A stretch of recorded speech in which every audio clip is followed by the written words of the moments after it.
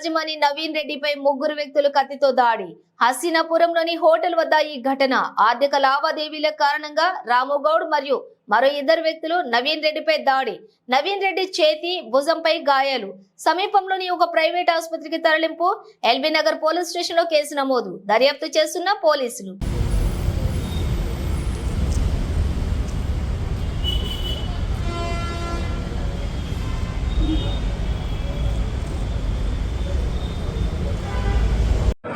Sir leg మీద ఉందంట.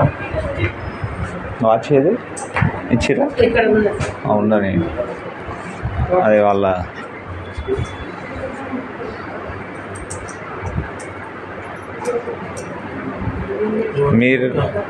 మీరెవరు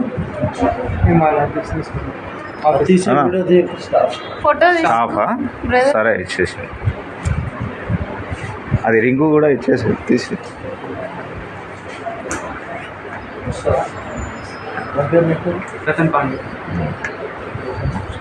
స్టాఫ్ అది మిస్టర్ టీ స్టాఫ్.